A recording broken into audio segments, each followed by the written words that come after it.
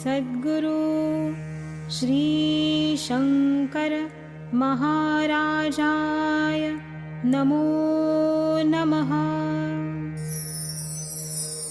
ஆன்மீக அன்பர்கள் அனைவருக்கும் மாதங்கி பாலாஜியின் பணிவான வணக்கங்கள். சங்கர் மகாராஜ் பற்றி தொடர்ந்து கேட்டுன்னு இருக்கோம். நீங்கள் எல்லாரும் எனக்கு கொடுக்குற சப்போர்ட் என்னை மேலும் மேலும் ரொம்ப நல்ல முறையில் உங்களுக்கு இதை கொடுக்கணும் அப்படிங்கிற ஒரு உந்துதலை கொடுக்கறது. எனக்கு நீங்கள் அனுப்புகிற மெசேஜஸ், தனிப்பட்ட முறையில் செய்கிற கால்ஸ், இது எல்லாமே எனக்கு இது ஒரு பொறுப்பு அப்படிங்கிற ஒரு உணர்வை தான் உண்டாக்குறது. எனக்கு நீங்கள் தொடர்ந்து சொல்லிட்டு இருக்கிற ஒரு விஷயம் என்னென்னா, ஃபஸ்ட் எபிசோட்லேருந்து இதை நீங்கள் ஒரு கதை வடிவில் சொல்லுங்கள் அப்படின்னு கேட்குறீங்க. பட் எனக்கு இதுதான் ஃபஸ்ட் முறையாக நான் ஆடியோ கொடுக்கறதுனால ஏதோ ஒரு கான்ஃபிடென்ஸ் சரியாக வரலை. அதனால் நம்ம இப்படியே பார்த்து படிக்கலாம் அப்படின்னு ஒரு ஐடியாவில் தான் இதை ஆரம்பித்தேன். ஆனால் இதுவும் எனக்கு ஒரு பரிணாம வளர்ச்சி வேணும் அப்படிங்கிற ஒரு எண்ணம் குருவுக்கு வந்திருக்கலாம் அப்படின்னு நினைக்கிறேன். அதனால் இந்த வீடியோவில் நான் கதை வடிவில் இந்த இந்த எபிசோடை பண்ணுறலாம் அப்படின்னு ஒரு பிளான் பண்ணி இப்போ நான் பேசுகிறேன். இது உங்களுக்கு ஏதாவது குறை இருக்குது, வேறு மாதிரி மாற்றி பழையபடியே சொல்லுங்கள் அப்படின்னு நீங்கள் சொன்னீங்கன்னாலும் அதேபடி அடுத்த எபிசோட் மாற்றிக்கலாம். தொடர்ந்து சங்கர் மகாராஜ் கதைக்கு வருவோம். ப்ரீவியஸ் எபிசோட்ஸ்லலாம் நம்ம சங்கர் மகாராஜுடைய பிறப்பு பற்றி தெரிஞ்சுட்டோம் இல்லையா? இந்த எபிசோடில் மகாராஜ் தன் பக்தர்களை எப்படி வழி நடத்தினார் அப்படிங்கிறத பற்றியும், அவருடைய அத்தியந்த பக்தரான டாக்டர் நாகேஷ் தானேஸ்வர் அப்படிங்கிறவரை பற்றின ஒரு அறிமுகமும் நான் கொடுக்க போகிறேன். சங்கர் மகாராஜ் பார்த்திங்கன்னா, அவர் ஒரு தனிப்பட்ட ஒரு மடம், ஆசிரமம் அந்த மாதிரி எதுவுமே தனக்காக அவர் அமைச்சிக்கலை. அவர் ஒரு சுற்றுப்பயணத்திலே இருப்பார். மும்பை, புனே, அகமது நகர், சோலாப்பூர், நாசிக், அக்லுஜ் போன்ற ஊர்களுக்கு பயணம் பண்ணிகிட்டே இருப்பார். அவருடைய பக்தர்கள் அவர் அன்புடன் வாங்க மகாராஜ், எங்கள் வீட்டுக்கு நீங்கள் தங்கணும் அப்படின்னு கூப்பிட்டா உடனே அவர் கிளம்பி போயிடுவார். அந்த வீடு ஒரு மாளிகையா, ஒரு குடிசையா அப்படிங்கிறத பற்றியெல்லாம் அவருக்கு துளி கூட கவலை இல்லை. அதாவது மகான்களுக்கு தூய்மையான அன்பு மட்டும்தான் முக்கியம், வேறு எதுவுமே அவங்களுக்கு தேவையில்லை. மோரோவர் இந்த சென்டென்ஸை நான் உங்களுக்கு சொல்லும்பொழுது, அதாவது குடிசையோ மாளிகையோ எந்த இடமா இருந்தாலும் அவருக்கு கவலை இல்லை, அவர் போய் தங்கிடுவார் அப்படின்னு சொல்லும் பொழுது இது ஒரு சம்பிரதாயமாக சொல்ல வேண்டியதாக தான் இருக்குது. ஏன்னா ஒரு பர்டிகுலர் நிலையில் இருக்கிற ஒருத்தருக்கு அது குடிசையா மாளிகையா அப்படிங்கிறத பற்றிலாம் எப்படி கவலை இருந்திருக்கும்? இது எதுக்கு நம்ம இந்த வரியை சொல்லணும் அப்படின்னு கூட நான் எழுதும்போது அதை யோசித்தேன். பட் இது ஒரு சம்பிரதாயம், அதனால் இதை சொல்லி தான் ஆக வேண்டியிருக்கு.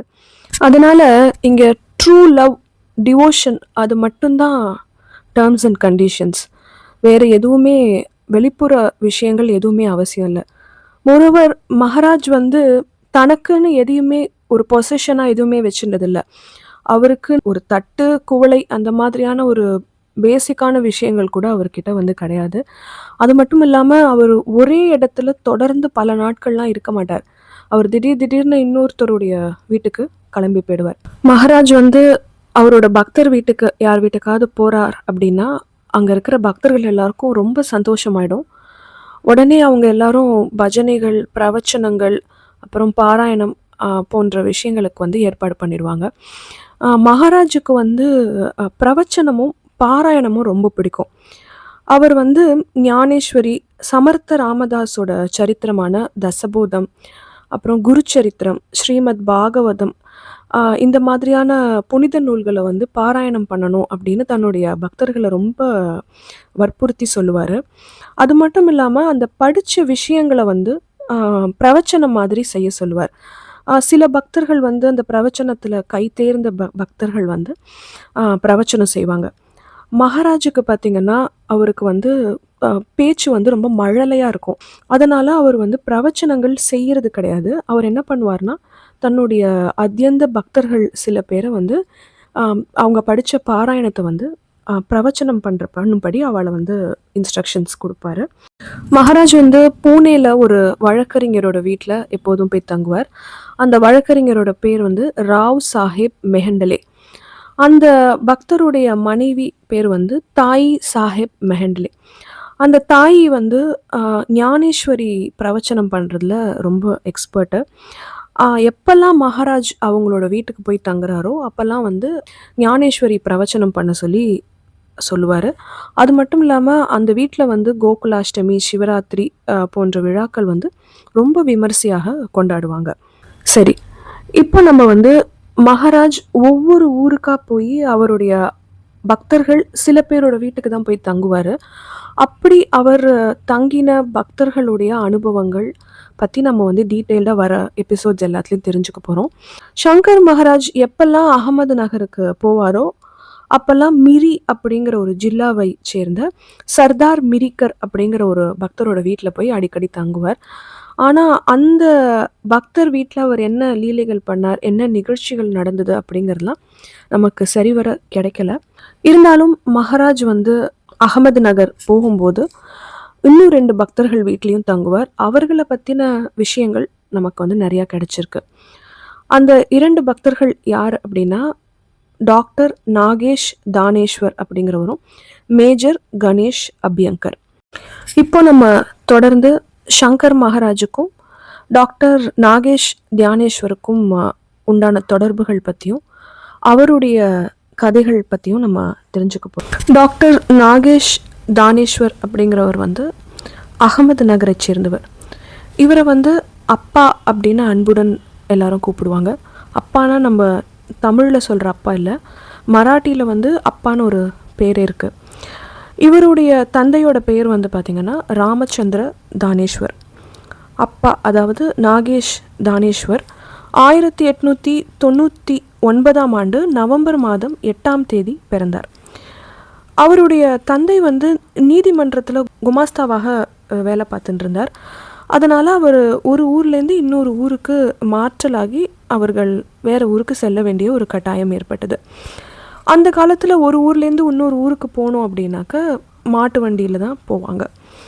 அப்படி ராமச்சந்திர தானேஸ்வர் வந்து தன்னோட குடும்பத்தினர் எல்லாரையும் அழைச்சிட்டு மாட்டு வண்டியில் ஒரு ஊர்லேருந்து இன்னொரு ஊருக்கு பயணம் பண்ணிட்டு இருந்தார். அப்போ வந்து நாகேஷ் தானேஸ்வர் ஒரு கை குழந்தை. அவர்கள் மாட்டு வண்டியில் வந்து பயணம் பண்ணிட்டு இருக்கும் பொழுது மத்தியானம் சாப்பிட்றதுக்காக ஒரு மரத்தடியில் வண்டியை நிறுத்திட்டு எல்லாரும் இறங்குறாங்க. கை குழந்தையாக இருந்த தானேஸ்வரை வந்து ஒரு கூடையில் போட்டு அவங்க தூக்கின்னு வந்திருந்தாங்க. எல்லாரும் ஒரு இடத்துல உட்காந்துட்டு இருக்கும்போது குழந்தை வந்து தூங்கிட்டு இருந்தது. அதனால கொஞ்சம் தள்ளி அந்த மரத்துக்கிட்ட அவரை வச்சுட்டு இவங்கெல்லாம் இளைப்பாறின்னு இருந்தாங்க. அப்போ பார்த்தா அந்த நேரம் இவர்கள்லாம் திரும்பி பார்க்குறாங்க. அந்த கூடையை வந்து சுற்றி ஒரு பாம்பு வந்து படம் எடுத்து நிற்கிறது. பார்த்த இவங்கெல்லாம் பயங்கரமாக பயந்து போயிட்டாங்க. ஆனால் அந்த பாம்பு வந்து இவங்க பயப்பட்டபடி எந்த வகையான தொந்தரவும் குழந்தைக்கு கொடுக்கவே இல்லை. அந்த குழந்தையோட தலைக்கிட்ட வந்து ஒரு படம் எடுத்து நின்றுண்டு சூரிய ஒளியை வந்து மறைக்கிற மாதிரி ஒரு கொடை மாதிரி நின்றுட்டு இருந்தது. இதை பார்த்ததும் இவங்க எல்லாருக்கும் இது சிவபெருமானுடைய ஆசீர்வாதம் அப்படின்னு நினச்சாங்க. அதனால இந்த குழந்தைக்கு வந்து நாகேஷ் அப்படின்னு பெயர் வச்சிடலாம். நாகேஷ் அப்படின்னா என்ன அர்த்தம் அப்படின்னா நாகர்களின் தலைவன் அப்படின்னு அர்த்தம். நாகர்களின் தலைவர் யார் அப்படின்னா சிவபெருமான். அதனால் சிவபெருமானுடைய பெயரான நாகேஷ் அப்படிங்கிற பெயரை தன்னுடைய குழந்தைக்கு வைக்கலான்னு முடிவெடுத்து இந்த பெயரை வச்சாங்க. அந்த அளவுக்கு அவர் வந்து ஒரு புண்ணியம் செய்த ஒரு ஆத்மா. அடுத்த எபிசோட்ஸில் அப்பா அப்படிங்கிற டாக்டர் நாகேஷுடைய கதைகளை தொடர்ந்து கேட்கலாம். அவர் வந்து ஒரு பக்கிரியை சந்தித்தார். அதுக்கப்புறம் வந்து சங்கர் மகாராஜை சந்தித்தார். சங்கர் மகாராஜ் தான் தன்னுடைய குரு அப்படிங்கிற விஷயத்தையும் அவர் புரிஞ்சுட்டார். இது மாதிரியான சுவாரஸ்யமான விஷயங்களை நான் அடுத்த எபிசோட்ஸில் உங்களுக்கு சொல்கிறேன். டாக்டர் தானேஸ்வருடைய அந்த கதையை வந்து படித்து புரிஞ்சுக்கும் பொழுது ஒரு விஷயம் நம்ம எல்லாராலையும் உணர்ந்துக்க முடியும். அதாவது குரு அப்படிங்கிறவர் இந்த ஜென்மத்தில் நம்மளோட தொடர்பில் உண்டானவர் கிடையாது. அவருக்கும் நமக்கும் பல ஜென்மங்களாக தொடர்பு உண்டு. அது மட்டும் இல்லாமல் நம்ம நினைக்கிறோம் நாம தான் போய் குருவை போய் தேடி அடையிறோன்னு. அதாவது குருவுக்கு தெரியும் நம்ம எத்தனை ஜென்மங்களாக அவரோட தொடர்பில் இருக்கோம் அப்படின்ட்டு. நமக்கு அந்த விஷயங்கள் எல்லாம் சுத்தமாக மறந்து போயிடுறது. ஆனால் குரு அதை நினைவில் வச்சுட்டு இருக்கார்.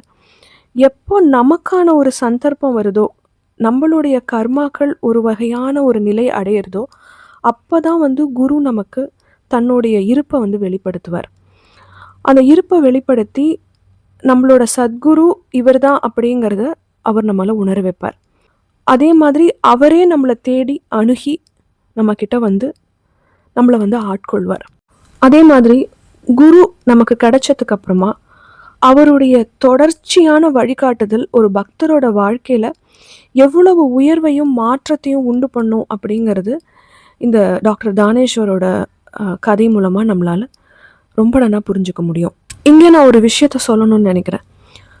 குருவோட வழிகாட்டுதல் அப்படிங்கிற இடத்துல நம்ம பல பேருக்கு வந்து ஒரு ஒரு வகையான ஒரு டவுட் இருக்குது.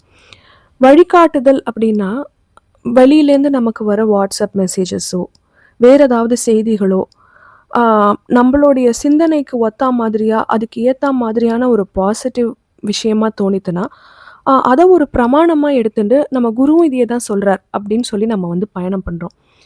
இதுதானா வழிகாட்டுதல் அப்படிங்கிறத நம்ம சிந்திச்சு பார்க்கணும். குரு வந்து நமக்கு ஞானமாக தான் போதனை பண்ணுறார். நம்ம ஞானத்தை வந்து அதிகப்படுத்துறது தான் குருவுடைய வழிகாட்டுதல். ஒவ்வொரு செயல்களையும் நம்மளுக்குள்ள சிந்திச்சு பார்க்கணும். அந்த சிந்தனை தான் குரு, வேற எதுவுமே கிடையாது. வெளியிலிருந்து வர பிரமாணங்களை வந்து நம்ம எடுத்துக்கிறது வந்து ஒரு லெவல் வரைக்கும் நம்ம வந்து அது ஒரு எல்கேஜி லெவல் வரைக்கும் ஆர்எல்ஸ் ஒரு 5th ஸ்டாண்டர்ட் வரைக்கும் அப்படி எடுத்துக்கலாம்.